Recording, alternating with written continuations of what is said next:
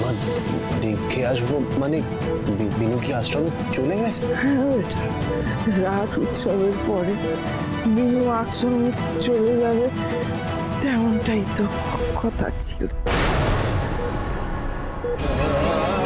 অদ্ভুত ব্যাপার, বিনু তো আমাকে এই ব্যাপারে কিছু জানায়নি, আমাকে কিছু না জানিয়ে আশ্রমে চলে গেল।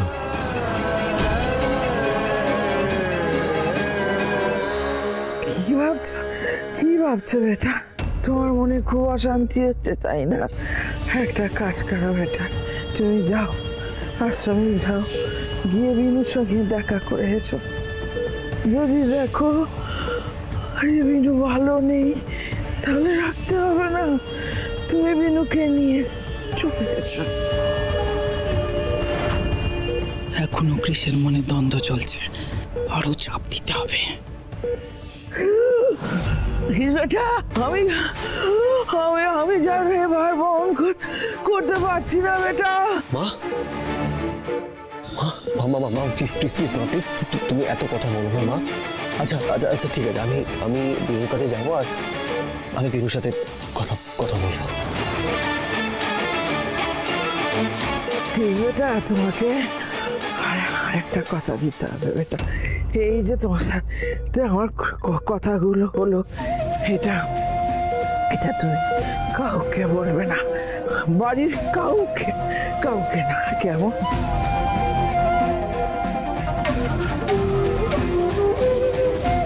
ঠিক আছে মা, আমি কাউকে বলবো না। দিদি দিদি তুমি ঠিক আছো তো? আন্টি আন্টি কি হয়ে গেল? আন্টি তুমি কি করে নিজের শরীরটা এত খারাপ করে ফেললে? ডাক্তারবাবু আন্টি আগে থেকে সুস্থ আছে তো? আমি কিন্তু আন্টিকে আর এখানে ফেলে রাখতে পারবো না, আমি আন্টিকে বাড়ি নিয়ে যেতে চাই প্লিজ। হ্যাঁ, ওনাকে তো আমি কাল সকালেই ছেড়ে দেবো, কিন্তু বাড়ি নিয়ে গিয়ে খুব সাবধানে রাখবেন। অফকোর্স আমি নিজে হাতে আন্টির সেবা করব। আমার সোনা মেয়ে, ঠিক আছে, তাই হবে। অদ্ভুত ব্যাপার, এই ডাক্তার বলছিল খুব ক্রিটিক্যাল, আর এখন বলছে কালই বাড়ি চলে যেতে পারে। সত্যি কি বৌদি অসুস্থ নাকি নতুন করে আবার কিছু ফোন দিয়ে আসছে?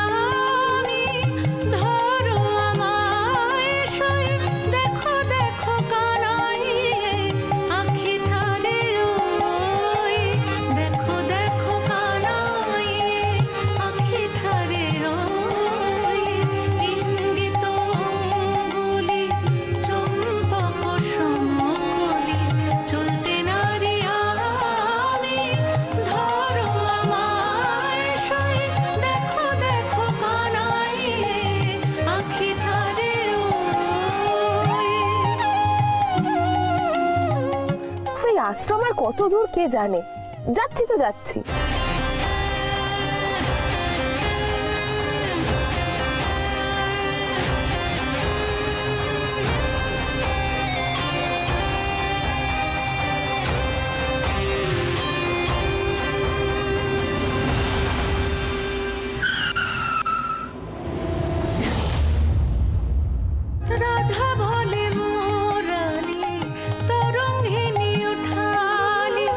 উঠে তান ধে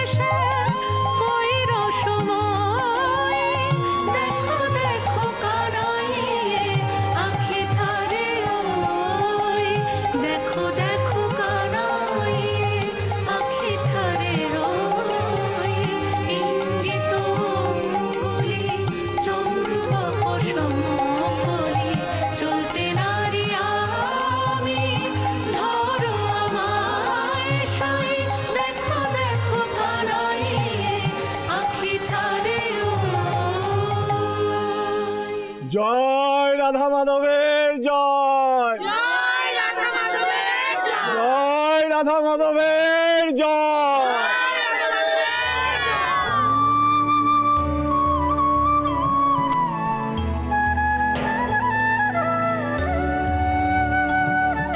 না মা, আগে ওই শিশু নারায়ণদের দাও, তারপর যারা বাকি থাকবেন তাদের দিও, শেষকালে আমাকে।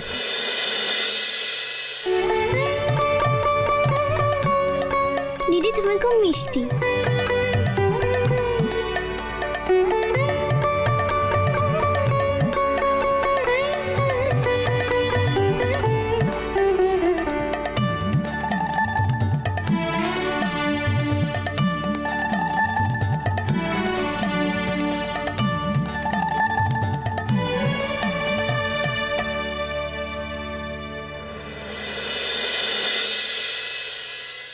তোমার গানের এক অদ্ভুত ক্ষমতা আছে মা, যে শোনে তার মনের সমস্ত জ্বালা যেন জুড়িয়ে যায়। তোমাকে একটা দায়িত্ব দেবো মা, এই শিশু নারায়ণদের যদি করতাল বাজানোটা শিখিয়ে দাও তাহলে খুব ভালো হয় মা। কি হলো কৃষ্ণ, গাড়ি দাঁড় করালি কেন? জল খাবো।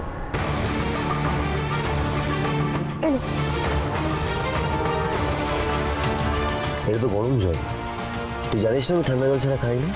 কৃষ এখানে ধর ধর ধর। কি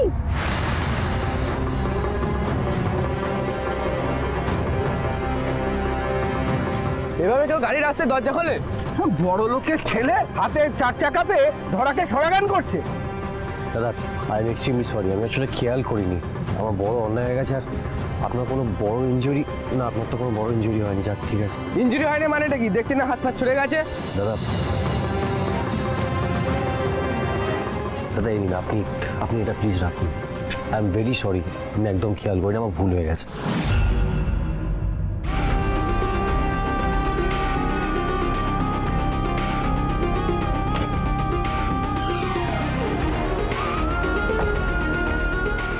কৃষ্ণ কি হয়েছে আমি জানি, তুই বিনুকে নিয়ে চিন্তা করে এখন এতটা ইরিটেটেড হয়ে আছিস, তাই তো? তুই ভুল জানিস রুক্মিণী, আমি বিনুকে নিয়ে একদমই ভাবছি না। আর ওকে নিয়ে ভাবতে যাবোই বা কেন? ও যদি নিজে ভালোটা নিজে ভালো বুঝতে পারে তো ঠিক আছে, নিজে বুঝুক, আমার তো বোঝার কোনো দরকার নেই। আমার শুধু কয়েকটা দায়িত্ব আছে, ব্যাস আমি শুধু সেগুলি পালন করছি। ঠিক আছে, তোকে যেন আশ্রমে একা না যেতে হয় সেই জন্য আমি তোর সাথে যাচ্ছি। আমি কিন্তু ভেতরে ঢুকবো না, তোদের যা কথা বলার তোরাই বলিস। শুধু এই ফাইলটা রাখ, এটা কিন্তু আন্টি পাঠিয়েছে, আর এতে ডিভোর্সের পেপারস আছে, মনে করে সাইন করাস, ওকে? ঠিক আছে।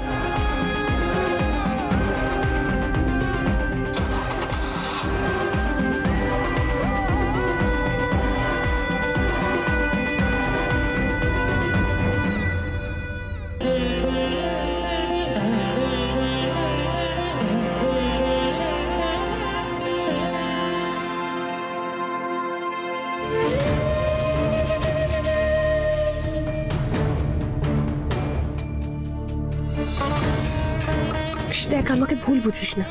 হ্যাঁ, আমি তোকে খুব ভালোবাসি, তোকে নিজের করে পেতে চাই, এটা ঠিক, কিন্তু সেটা অন্য কারোর চোখের জলের বিনিময় নয়। তাই তুই যা ডিসাইড করবি সেটাই হবে।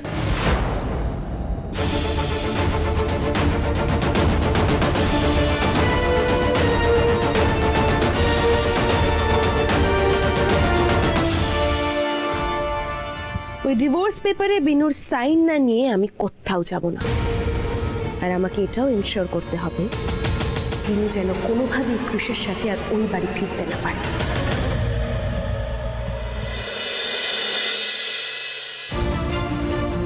বিনু কি সত্যি এখানে থাকতে চায়? ভালো থাকবে এখানে, কিন্তু ও তো আমার সাথেও ভালো ছিল, আনন্দে ছিল। না না না, আমি হয়তো ভুল ভাবছি। আমি একবার বললেই ও আমার সাথে ফিরে যাবে। না না, আমি বিনুকে জোর করবো কেন? ও নিজে যেটা ইচ্ছা করবে সেটাই ওর করা উচিত। আমি তো আমার ভাবনা, আমার ইচ্ছেটা ওর উপর চাপিয়ে দিতে পারবো না।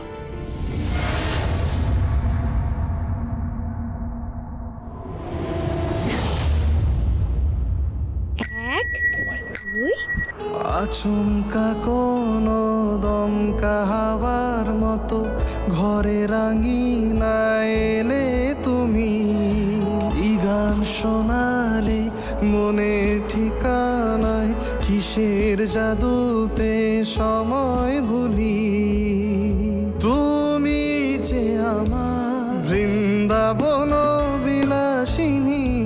যাও এবার ভিতরে যাও। বাহ, তার মানে তুমি ভেবেই রেখেছিলে যে তুমি এখানেই থাকবে।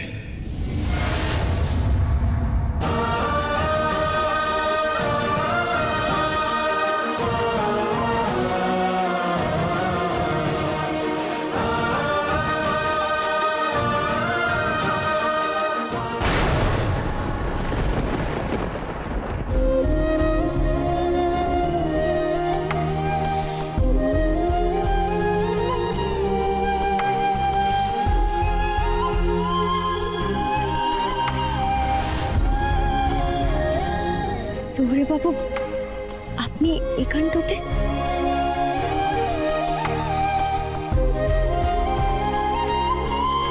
আমি এখানে এসে তোমার খুব অসুবিধা হয়ে গেছে, তাই না? না না, সেটা কথাটা লয় সৌরে বাবু। বলছি যে মোহিনীমা কেমন আছে? আচ্ছা, তার মানে আমাকে দেখে তোমার মোহিনীমা কেমন আছে সেই কথাটা মনে পড়লো, তাই তো? না, তোমার কোনো কৃতজ্ঞতা বোধ নেই, তাই না মিনু? সৌরে বাবু, আপনি কিন্তু আমায় ভুলটা বুঝছেন। তোকে আমি একদম ভুল বুঝছি না। তুমি আমাকে কথা দিয়েছিলে যে তুমি আমাকে না বলে কোথাও যাবে না। তুমি রাখলে সেই কথাটা? রাখলে কি? আমি কিছুই জানি না। তুমি নিজের মতন মায়ের সাথে কথা বলে এখানে চলে এলে। এটার মানে কি? এটা মানে এটাই হলো যে তোমার আমাকে দেওয়া কথাটা কোনো মূল্য নেই, আর তোমার জীবনে আমার কোনো গুরুত্ব নেই, তাই তো? আমার জীবনটাতে আপনার কি গুরুত্ব, আমি আপনাকে কি চোখে দেখি, সে কথাটা আপনাকে মুখ ফুটে কি করে বলি সৌরে বাবু? না না সৌরে বাবু, সে আমি আপনাকে বলতাম কেন? আসলে কি বলুন তো, মোহিনী মায়ের হঠাৎ করে ওরকম শরীরটা খারাপ হয়ে গেল, আর তাছাড়া আপনিও তো আমায় কিছু লাভ বলেই চলে গেলেন। বিনু, সেদিন আমি কোনো কথা বলার সিচুয়েশনে ছিলাম তোমার মনে হয়? একটা লাইফ অ্যান্ড ডেথ সিচুয়েশন ছিল বিনু। আমি কিভাবে মাধবপুর থেকে কলকাতায় গাড়ি চালিয়ে গেছি তুমি জানো? কোনো আইডিয়া আছে তোমার? প্রতিটা মুহূর্তে আমি টেনশনে গাড়ি চালিয়েছি যে আমি মায়ের সাথে দেখা করতে পারবো তো, মা আমাকে ছেড়ে। চলো বাদ দাও, আর কাকেই বা বলছে আর কেনই বা বলছি আমি। তুমি একটা অকৃতজ্ঞ মেয়ে বিনু, জানো তো? তুমি একটা অকৃতজ্ঞ মেয়ে। তুমি রাসের মেলায় আমার সঙ্গে ঘুরলে ফিরলে, তুমি এত কথা বললে আমাকে, তুমি এই এত বড় সিদ্ধান্তে কথাটা আমাকে বলতে পারলে না? না না, কেন না? তুমি আমাকে বলো, তোমার কি মনে হয়েছিল আমি তোমাকে কোনোভাবে বাধা দেবো, তোমাকে আটকাবো? আমি একটা কথা মাথায় রেখো বিনু, আমি যেমন সহজে কারোর হাত ছাড়ি না, ঠিক তেমনই জোর করে কারোর হাত ধরিও না। তার জন্যই আমার মনে হয়েছিল যে আমার আশাটা এখানে একবার দরকার। তুমি না চাইলেও আমার দরকার, তাই আমি এসেছি। সৌরে বাবু, আপনি আমায় নিয়ে এত চিন্তাটা কেন করছেন? বুঝতে পারছি আপনার আমার উপরে রাগ হয়েছে। এখানে আমি আসবো সেটা আপনাকে জানাইলাই বলে, কিন্তু নিজেই দেখেন না কেন, সে মোহিনীমা আমার জন্য কত সুন্দর ব্যবস্থাটা করেছে, কত সুন্দর। আর এমনটাই তো কথাটা ছিল সৌরে বাবু, 7 দিনের মধ্যে আমি যেন ও বাড়িটা ছেড়ে অন্য কোথাও যাওয়ার ব্যবস্থাটা করি।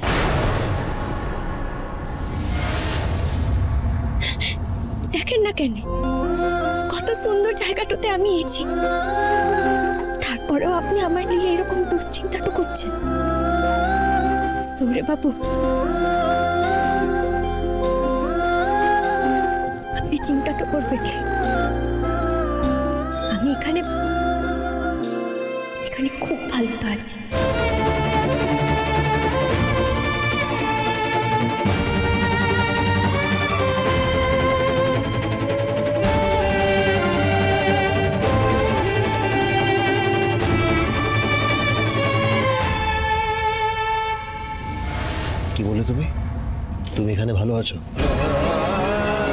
বলে চুপ করে আছো কেন? বলো তুমি এখানে ভালো আছো তো?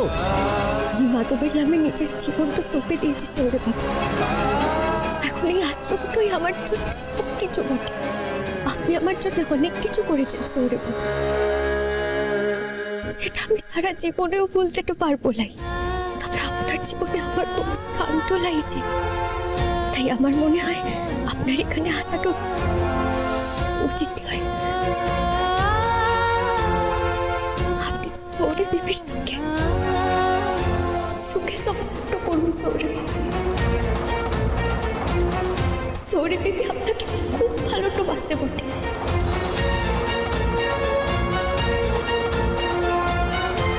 সত্যি কি এই কথাগুলো মনের কথা?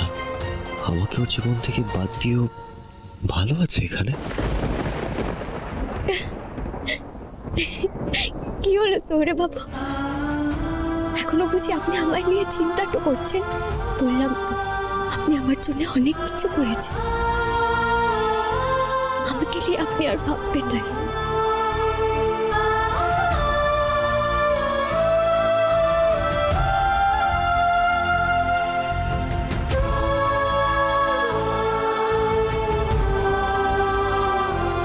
দূর বাবা, কৃষ এত টাইম লাগাচ্ছে কেন ডিভোর্সের পেপারটা দিতে?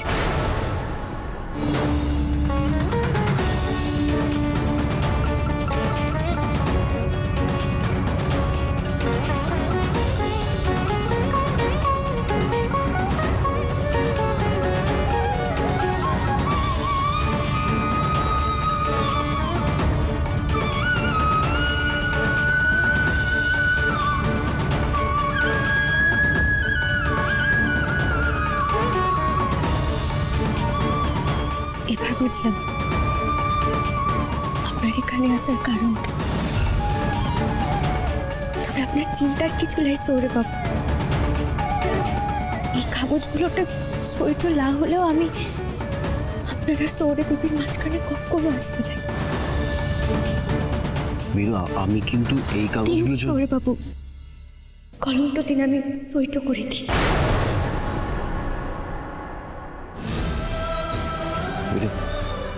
ছাড়ো, আমি একটা কথা বলি, সইটাই পড়ে হবে না সৌরে বাবু, যেই দাসের ঘরটা আজ লয় কাল সেই ভাঙতই, তাকে আমরা আজই ভেঙে তো দিই না কেন?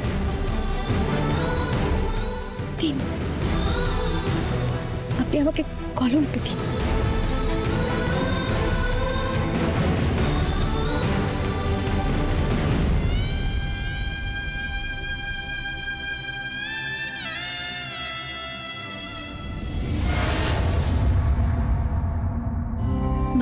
সাজাইব গাঙ্গের পারে, কইব না আর কথা, লইয়া যাইব শ্যামের বাঁশি,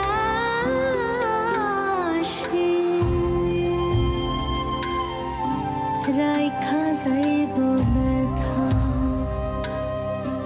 রাইখা যাইব ব্যথা,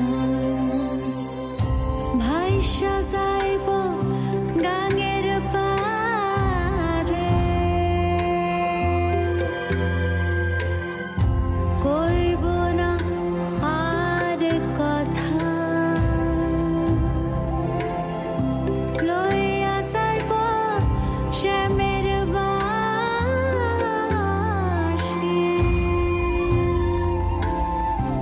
রাইখা যাইব ব্যথা, রাধে রাইখা যাইব ব্যথা।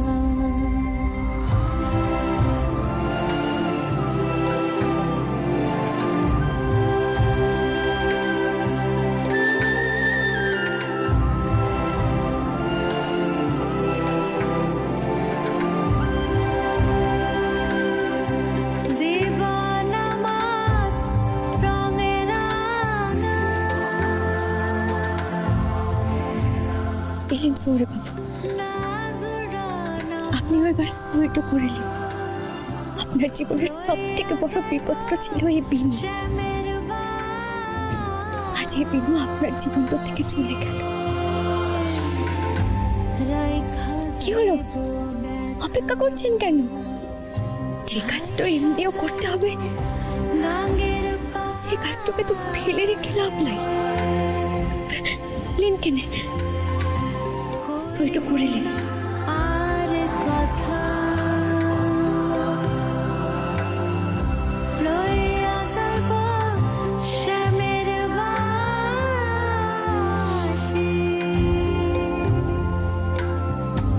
রাইখা যাইব ব্যথা